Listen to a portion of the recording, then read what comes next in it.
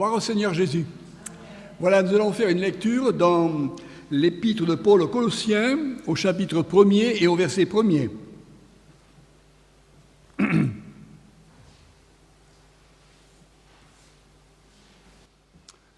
Colossiens, chapitre 1er, verset 1er.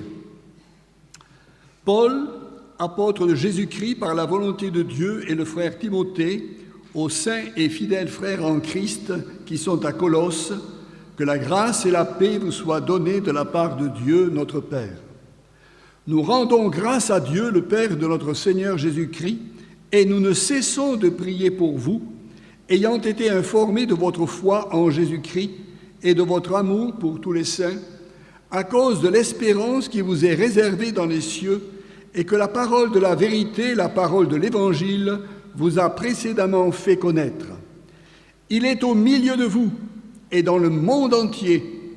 Il porte des fruits et il s'accroît, comme c'est aussi le cas parmi vous, depuis le jour où vous avez entendu et connu la grâce de Dieu, conformément à la vérité, d'après les instructions que vous avez reçues d'Épaphras, notre bien-aimé compagnon de service. Il est pour vous un fidèle ministre de Christ, et il nous a appris de quel amour l'Esprit vous anime. C'est pour cela que nous aussi, depuis le jour où nous en avons été informés, nous ne cessons de prier Dieu pour vous.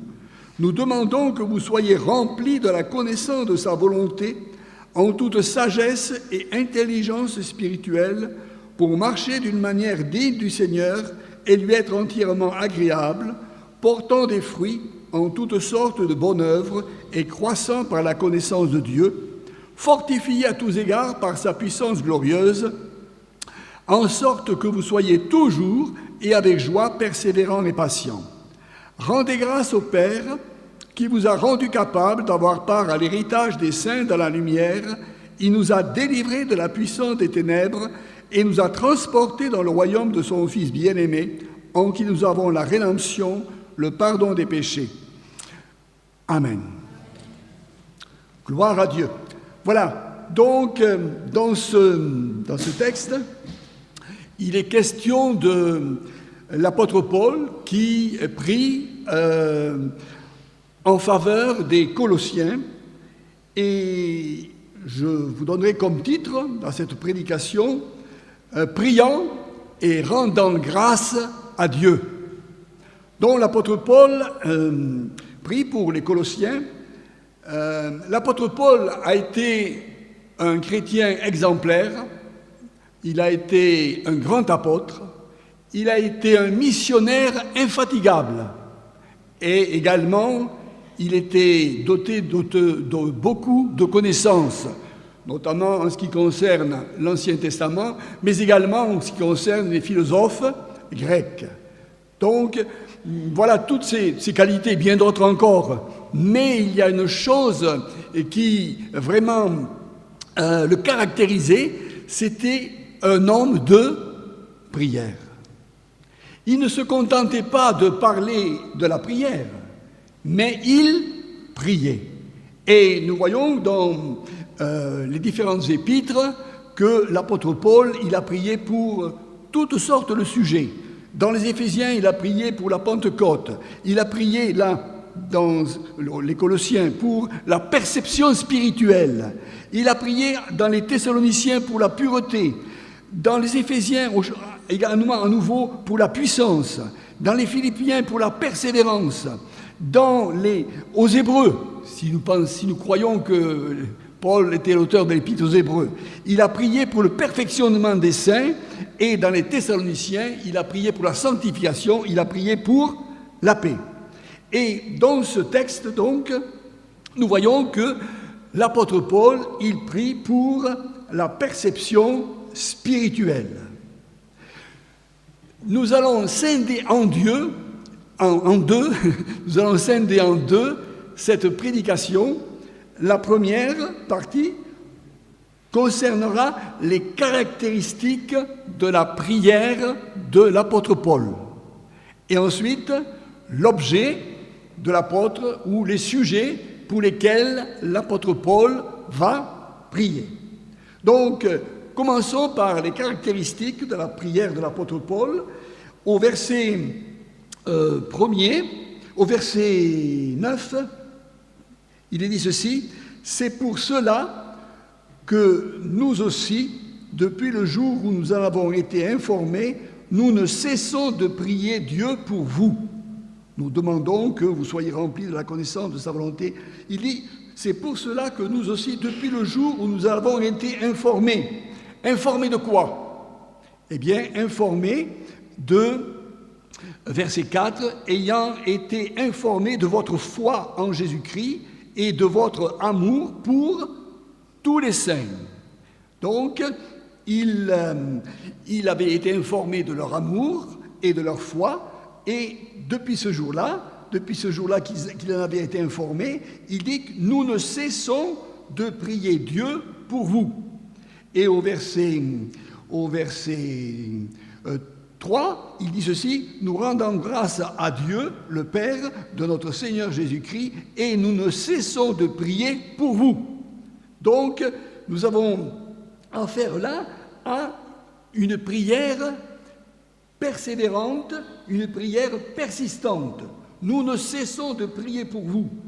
Paul reconnaissait le secret de la prière persévérante. Dans la première aux Thessaloniciens, au chapitre 1er et au verset... Dans la première aux Thessaloniciens, au chapitre 5 et au verset 17, il dira ceci: « Soyez toujours joyeux, priez sans cesse. » Voyez-vous? Pour lui, la prière, il fallait persévérer, il fallait qu'elle soit persistante. Et nous nous rendons compte que quand nous prions, nous ne sommes pas de suite exaucés. Ça vous est arrivé de ne pas être exaucé de suite. Voilà pourquoi il faut persévérer. Et nous avons, dans l'église de Carcassonne, nous avons connu des personnes qui ont persévéré dans la prière et qui ont été exaucées. Et je rappelle à votre souvenir, pour certains, Jeannette Bonamy, dont le mari, Robert, était un syndicaliste athée, membre d'un parti communiste athée, et il ne voulait rien savoir de l'Évangile. Notre sœur Jeannette a prié pendant 25 ans pour lui. Et un jour, il a donné son cœur au Seigneur. Et ma fille Esther a été avec lui du même baptême. Et c'est notre frère, M. Rey, qui leur a fait l'instruction. Et à la fin de l'instruction, au bout de six cours, du 6e cours, le frère Rey leur a dit: « Bon, maintenant, vous êtes informés, dites-moi, si vous êtes prêts, dites-moi si vous êtes décidés à vous faire baptiser, si vous êtes prêts. » Et le frère qui se met à dire, Robert: « Je suis prêt. Je suis prêt. » Voyez-vous, il était pressé de passer par les eaux du baptême. Mais notre sœur avait prié pendant 25 ans. Frères et sœurs, prions avec persévérance. La deuxième chose que nous pouvons voir, il est dit ceci au verset 9, « C'est pour cela que nous aussi, depuis le jour où nous en avons été informés, nous ne cessons de prier Dieu pour vous, nous ne cessons de prier et nous demandons. » Il ne cessait de prier et il ne cessait de demander. Ceci met en évidence l'intensité du désir de l'apôtre pour ses frères. Notez ce terme « demander ». Il dénote la passion brûlante dont son cœur était animé, l'intensité de ses aspirations à l'égard de ceux pour lesquels il intercédait. Vraiment, il y avait là, dans ses prières, une grande intensité. Et en ce qui concerne l'intensité, je pense que parfois, nous péchons, nous prions pour un tel, nous prions pour une telle, mais nous le faisons machinalement, nous le faisons par routine. Mais ce à quoi Dieu veut que nous nous engagions, c'est à l'intercession. Et l'intercession, c'est autre chose qu'une simple prière, une prière banale. Voyez-vous, nous en avons un exemple dans le premier livre des Rois, au chapitre 17 et au verset 17.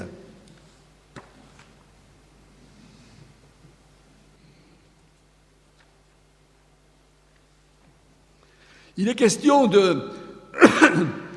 du prophète Élie qui ressuscite le fils de la veuve de Sarepta. 1 Roi, chapitre 17, verset 17.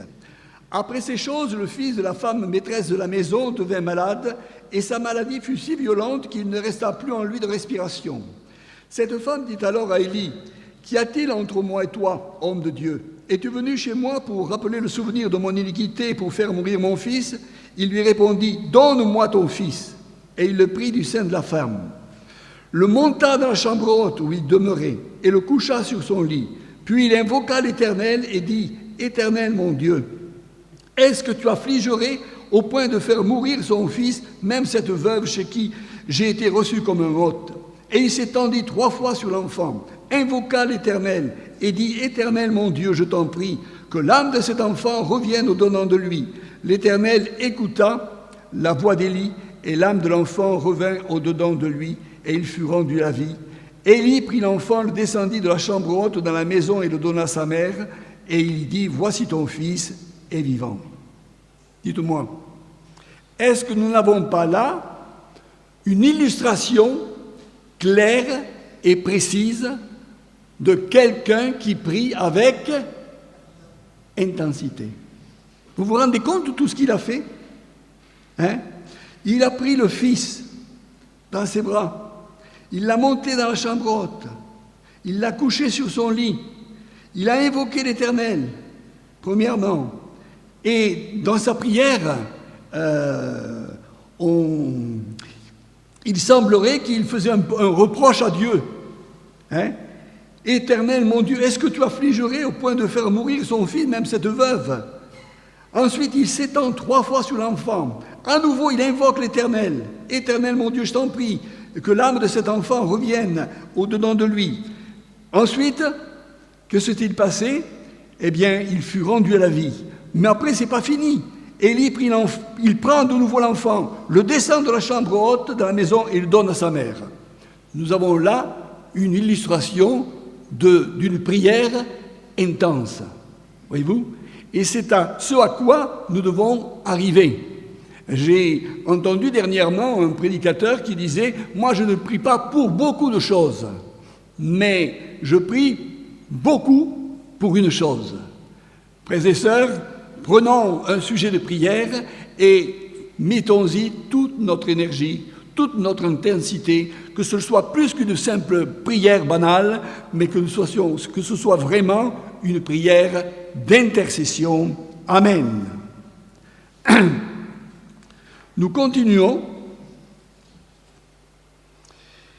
au verset 9, il est dit ceci, « C'est pour cela que nous aussi, depuis le jour où nous en avons été informés, nous ne cessons de prier Dieu pour vous, nous demandons que vous soyez remplis de la connaissance de sa volonté, etc. » Donc, il est dit ceci, « Nous ne cessons de prier pour vous. » Il n'est pas tout seul, puisqu'il dit « nous ». Et là, nous avons la prière communautaire, mais la prière communautaire dans l'unité. Mais avec qui priait-il? Puisqu'il dit nous ne cessons de prier pour vous. Eh bien, tout simplement, verset 1er, Paul, apôtre de Jésus-Christ par la volonté de Dieu, et le frère Timothée, aux saints et fidèles frères en Christ qui sont à Colosse. Il priait avec Timothée. Et voilà pourquoi il dit nous ne cessons de prier Dieu pour vous. Donc, la prière, Jésus a dit que nous pouvions prier seuls. Matthieu chapitre 6, verset 6, « Quand tu pries, entre dans ta chambre, ferme ta porte et prie ton Père qui est là dans le lieu secret, et ton Père qui voit dans le secret te le rendra. » Mais il y a également la prière en commun, la prière communautaire. Et là, dans la prière communautaire, il y a une puissance toute particulière quand elle est faite dans l'unité de l'Esprit. Dans le livre des Actes, au chapitre 4, verset 31, il nous est dit que les premiers chrétiens, ils persévéraient dans l'enseignement des apôtres, dans la communion fraternelle, dans la fraction du pain et dans les prières. Il persévérait dans la communion fraternelle.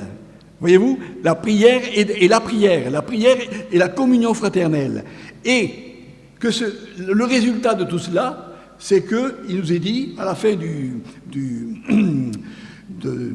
livre des Actes, au chapitre 4, au chapitre 2, et à la fin, il nous est dit ceci, « Et le Seigneur ajoutait chaque jour à l'Église ceux qui étaient sauvés. » C'était le résultat de la prière communautaire dans l'unité de l'Esprit. Nous continuons, et là, nous voyons donc que nous venons de voir les caractéristiques de la prière de l'apôtre Paul. Et maintenant, nous allons examiner ensemble le contenu de la prière de l'apôtre Paul. Nous allons voir quel était l'objet, pourquoi l'apôtre Paul priait en faveur de ses Colossiens. Il priait, verset 9, pour la perception spirituelle. Il est dit ceci, c'est pour cela que nous aussi, depuis le jour où nous en avons été informés, nous ne cessons de prier Dieu pour vous, nous demandons que vous soyez remplis de la connaissance de sa volonté en toute sagesse et intelligence spirituelle. Paul priait pour la perception spirituelle des Colossiens. Il désirait que les Colossiens soient remplis de la connaissance de sa volonté. Voyez-vous, aujourd'hui, je me rends compte, en regardant les uns et les autres, que parfois, on passe à côté de la volonté de Dieu en ce qui nous concerne. Certains chrétiens font eux-mêmes leur vie chrétienne. Voyez-vous, ils ne se basent pas sur les Écritures, ils se basent sur ce qu'ils pensent, sur ce qu'ils croient. Et alors, voilà, certains pensent que pour eux, venir une fois par semaine à l'église, le culte dominical, c'est suffisant. En ce qui concerne la parole de Dieu, lire la Bible, 5 minutes le matin, en prenant le petit déjeuner, c'est suffisant. Seulement, ce n'est pas suffisant. C'est pas simplement, Dieu ne veut pas simplement que nous lisions la Bible, il veut que nous étudions la Bible. Voyez-vous ? Et d'autres encore, en ce qui concerne le fait de rendre témoignage, eh bien, ils rendent témoignage, mais de façon exceptionnelle. Voyez-vous ? Est-ce que vous croyez que c'est la volonté de Dieu tout cela ? Pas du tout. Voyez-vous ? Lorsque nous lisons le livre des Actes des Apôtres, nous voyons qu'il en était tout autrement des chrétiens. Quand nous pensons aux Béréens, qu'ils examinaient chaque jour les Écritures pour voir si ce qu'on leur disait était exact, vous vous rendez compte de l'attachement qu'ils avaient pour la parole de Dieu. Et nous avons donc besoin de prier pour être remplis de la connaissance de la volonté de Dieu à notre égard en toute sagesse et intelligence spirituelle. Paul priait également, verset 10, il disait ceci, pour marcher d'une manière digne du Seigneur et lui être entièrement agréable. Marcher d'une manière digne du Seigneur et lui être entièrement agréable. Donc, Paul priait pour les Colossiens afin que les Colossiens puissent plaire au Seigneur, lui être entièrement agréable. Il marchait, c'est-à-dire vivre, qu'il vive d'une façon, d'une manière qui plaise au Seigneur, qui lui soit entièrement agréable. Et comment marcher d'une manière qui soit entièrement agréable au Seigneur? Nous avons la réponse dans Éphésiens, chapitre 5, versets 8 à 10. Éphésiens, chapitre 5, versets 8 à 10.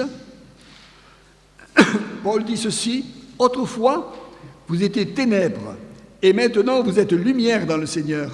Marchez comme des enfants de lumière, car le fruit de la lumière consiste en toutes sortes de bonté, de justice et de vérité.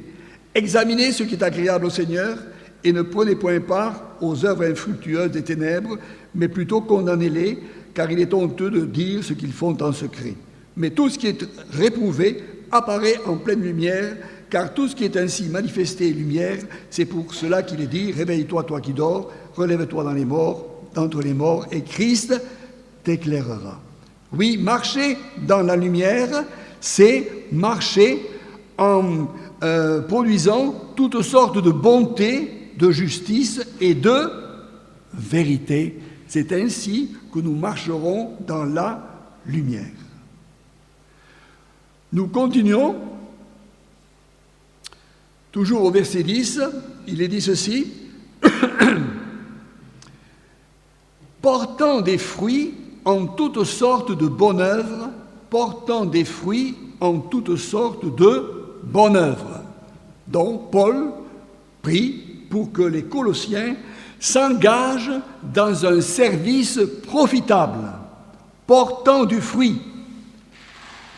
Inconvertis, nous ne portions pas de fruits. Si, nous en portions quand même. Nous portions des fruits dont nous rougissons aujourd'hui. Voyez-vous? Mais nous étions, pour Dieu, nous ne valons rien. Voyez-vous? Et ce n'est que, étant nés de nouveau, que Dieu nous a rendus capables de le servir efficacement. Regardez ce que Paul dit à Philémon au verset 10 et 11. Philémon, versets 10 et 11.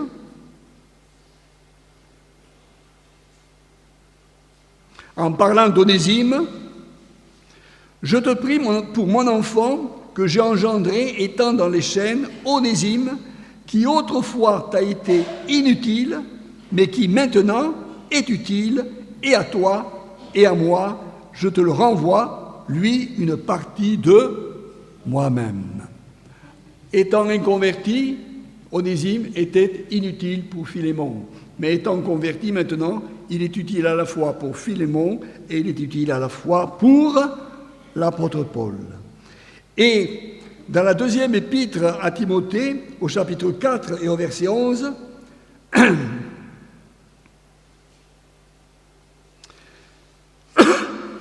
de Timothée, chapitre 4, verset 11, l'apôtre Paul dit ceci, « Marc m'est utile pour le ministère. » Et je crois qu'un serviteur de Dieu doit être heureux lorsque dans son Église, eh bien, il y a un chrétien qui lui est utile pour son ministère. N'est-ce pas? Et lorsqu'il en a 3, il est 3 fois plus heureux. Marc m'est utile pour le ministère. Donc, afin qu'il s'engage dans un service profitable, il est question de porter du fruit. Et Jésus, dans l'évangile de Jean, au chapitre 15, a parlé du fait de porter du fruit, n'est-ce pas? Et il a même indiqué qu'il y avait 3 degrés de fécondité. Quels sont-ils? Jean chapitre 15. Porter du fruit, porter plus de fruits et porter beaucoup de fruits. Voilà, Jean chapitre 15. Frères et sœurs, dans quelle catégorie sommes-nous? Portons du fruit, ou nous portons plus de fruits, ou nous portons beaucoup de fruits? Peut-être aujourd'hui, c'est le moment de passer dans l'autre catégorie, dans une catégorie supérieure. Continuons. Verset 10. Toujours. Portons des fruits en toutes sortes de bonnes œuvres et croissant par la connaissance de Dieu. Croissant par la connaissance de Dieu. Paul priait pour que les Colossiens puissent faire des progrès dans la vie chrétienne. Croître dans la connaissance de Dieu. Le mot croître, là, est la clé de voûte de ce verset. Donc, Dieu veut que nous puissions croître, que nous puissions grandir spirituellement. Et un exemple, l'exemple de Philippe, par exemple. Actes chapitre 6, on fait de lui un diacre. Au chapitre 8, qu'est-ce qui se passe? Le voilà transformé en évangéliste à l'origine du grand réveil de la Samarie. Il a grandi, non? Et ensuite, toujours dans ce chapitre 8, à la fin, nous le voyons rendre témoignage à un ministre, l'Éthiopien, ministre de Candace, la reine d'Éthiopie. Nous voyons donc qu'il y a là une croissance. Et malheureusement, parfois et souvent, on voit au milieu de nous et dans d'autres églises, des chrétiens convertis depuis 10, 20, 30 ans, ils en sont toujours au même stade. Savez-vous à quoi ils ressemblent? À des bonsaïs.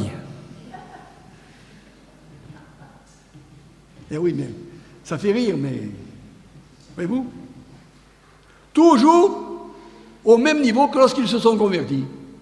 Ils n'en savent pas davantage. Frères et sœurs, ce n'est pas la volonté de Dieu.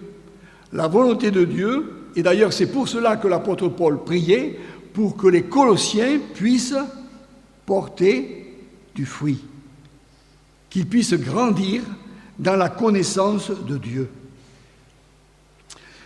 Seulement voilà, comment grandit-on dans la connaissance de Dieu? En assistant à de grandes réunions d'évangélisation, en venant chaque dimanche se faire imposer les mains. Je me suis aperçu que ce n'est pas comme cela. Et lorsque nous lisons les biographies d'hommes de Dieu qui sont passés par des crises, parce que les hommes de Dieu, les grands hommes de Dieu, ils sont passés par des crises qui leur ont été salutaires. Mais comment ça s'est passé? Grâce à leur intimité avec Dieu et grâce à leur intimité avec la parole de Dieu. C'est ainsi que leurs problèmes ont été réglés. Voyez-vous, si nous voulons grandir dans la connaissance de Dieu, eh bien, c'est comme quand on grandit dans la connaissance de quelqu'un. Si je veux grandir, si je veux connaître quelqu'un, il faut que je vive dans sa proximité, près de lui. Et plus je vivrai près de lui, plus j'arriverai à le connaître. Voilà pourquoi nous devons vivre à proximité de Jésus. Tout près de lui, dans la prière et également dans l'étude de la parole de Dieu. Et c'est là que nous allons grandir dans la grâce et dans la connaissance de son nom. Amen. Nous continuons au verset 11, il est dit ceci, « Fortifiez à tous égards par sa puissance glorieuse, en sorte que vous soyez toujours et avec joie, persévérants et patients. » Paul priait là pour que les Colossiens soient revêtus de la puissance de Dieu. Voyez-vous, comment allons-nous pouvoir mettre en pratique ce que nous venons de voir depuis le début? Est-ce que nous allons pouvoir mettre en pratique cela grâce à notre connaissance intellectuelle, à notre énergie morale, à nos prises de position, à nos décisions? Non, non, ce n'est pas avec cela. Il nous faut la puissance du Saint-Esprit. Et voilà pourquoi l'apôtre Paul, il priait afin que les Colossiens soient fortifiés à tous égards par sa puissance glorieuse.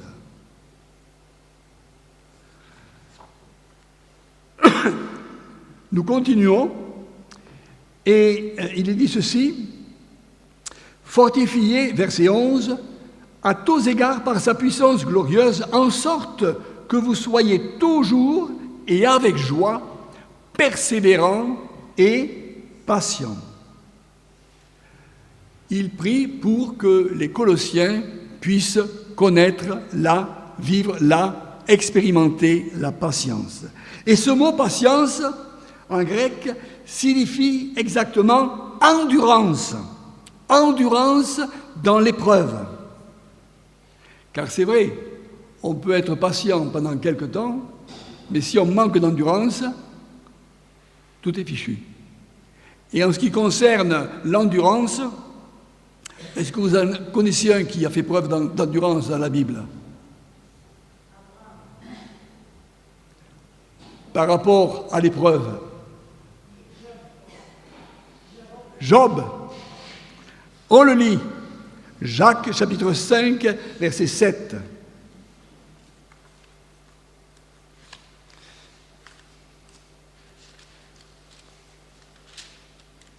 Regardez ce qu'il est dit.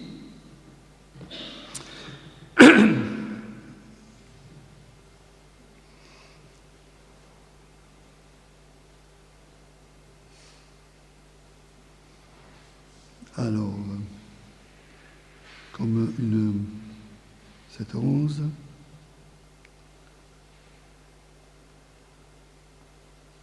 Alors, donc Jacques chapitre 5, verset 7. Soyez donc patients, frères, jusqu'à l'avènement du Seigneur. Voici, le laboureur attend le précieux fruit de la terre, prenant patience à son égard, jusqu'il a reçu les pluies de la première et de l'arrière-saison. Vous aussi, soyez patients, affermissez vos cœurs, car l'avènement du Seigneur est proche. Ne vous plaignez pas les uns des autres, frères, afin que vous ne soyez pas jugés. Voici, le juge est à la porte. Prenez, mes frères, pour modèle de souffrance et de patience, les prophètes qui ont parlé au nom du Seigneur. Voici, nous disons, bienheureux ceux qui ont souffert patiemment. Vous avez entendu parler de la patience de Job, et vous avez vu la fin que le Seigneur lui accorda, car le Seigneur est plein de miséricorde et de compassion. Oui, Job a été cruellement éprouvé, il a été patient, mais il a fait preuve également d'endurance, et le résultat, c'est qu'à la fin, Dieu lui a donné le double de ce qu'il avait au début. Amen.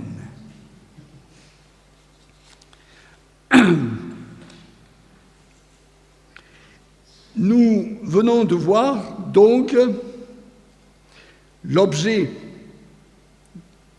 de la prière de Paul et nous avons vu les différents sujets et maintenant il y a quelque chose de particulier que nous devons examiner et que nous trouvons au verset 12 jusqu'au verset 14. Il nous est dit ceci, que dans ces versets, nous voyons l'apôtre Paul qu'il réalise et il veut que ces croyants de Colosse soient débordants de louanges. Jusqu'à présent, il était question de l'apôtre Paul qui demandait des choses pour les Colossiens. Mais maintenant, regardez, ce ne sont pas des choses à demander, c'est des choses qu'ils ont, qu'ils possèdent déjà. Regardez ce qu'il est dit. Rendez grâce au Père qui vous a rendu capable. Ils ont été rendus capables d'avoir part à l'héritage des saints dans la lumière. Il nous a délivrés de la puissance des ténèbres et nous a transportés dans le royaume de son Fils bien-aimé, en qui nous avons la rédemption. Là, il ne s'agit pas de prier, là, il s'agit de remercier Dieu. Et Paul invite les Colossiens à remercier Dieu. Pourquoi? Verset 12. De ce que Dieu les a rendus capables d'avoir part à l'héritage des saints dans la lumière.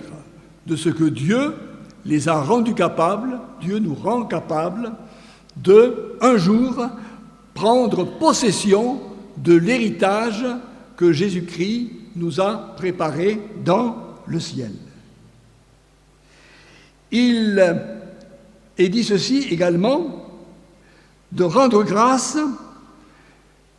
pour le fait qu'il nous a délivrés, verset 13, de la puissance des ténèbres et nous a transportés dans le royaume de son Fils bien-aimé, ou comme le dit une autre version, dans le royaume du Fils de son amour. Là, il est question de rendre grâce, de remercier Dieu de ce qu'il nous a délivrés des ténèbres et nous a transportés dans le royaume du Fils de son amour. Il nous a délivrés pourquoi? Pourquoi nous a-t-il délivrés des ténèbres? Pourquoi a-t-il fait cela? A-t-il réalisé cette chose extraordinaire? Pourquoi l'a-t-il fait?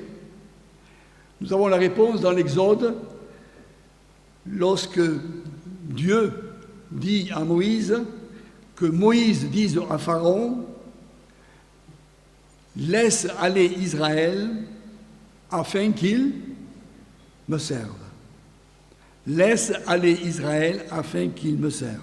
Et frères et sœurs, Dieu nous a délivrés des ténèbres. Pourquoi? Pour que nous puissions le servir de tout notre cœur et de toute notre âme. Et nous devons également rendre grâce à Dieu. Pourquoi? Parce que, verset 13, il nous a délivrés de la puissance des ténèbres et nous a transportés dans le royaume du Fils de son amour, en qui nous avons, verset 14, la rédemption, le pardon des péchés. En qui nous avons la rédemption, le pardon des péchés. Nous devons rendre grâce à Dieu. Pourquoi? Parce qu'il nous a sauvés, parce qu'il a ôté le péché de nos vies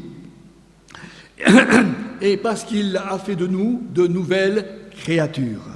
Le péché de nos vies, qu'est-ce qu'il en a fait? Eh bien, il l'a éloigné. Il est dit dans le psaume 103, verset 12, « Autant l'Orient est éloigné de l'Occident, autant il éloigne de nous nos transgressions. » Qu'est-ce qu'il fait de nos péchés? Qu'est-ce qu'il a fait, Dieu? Eh bien, Ésaïe 44, 22, « J'efface tes transgressions comme un nuage et tes péchés comme une nuée. » Il a effacé nos péchés. Et il a fait encore beaucoup d'autres choses. Je m'arrêterai là. Voyez-vous, là, il n'est pas question de demander, il est question de remercier Dieu. Et je pense à une chose, pour certains d'entre vous, si vous avez de la difficulté à louer le Seigneur le dimanche matin, voyez-vous, certains ont de la difficulté. Eh bien, là, vous avez des sujets tout près. Vous remerciez Dieu, pourquoi? Parce qu'il vous a rendu capable d'avoir part à l'héritage des saints, parce qu'il vous a délivré de la puissance des ténèbres, et également parce qu'il vous a sauvé. Ce sont là des choses toutes simples que vous pouvez dire à Dieu, et Dieu sera honoré. Et Dieu sera content, et Dieu vous bénira. Amen. Gloire à Dieu. Voilà donc la prière de l'apôtre Paul en faveur de chrétiens de l'église de Colosse. C'était une prière pour la perception spirituelle, mais également c'était une alliance en ce qui concerne la louange et l'intercession. Que ces choses-là, nous puissions les serrer dans notre cœur et nous puissions les mettre en pratique pour la gloire de Dieu. Amen.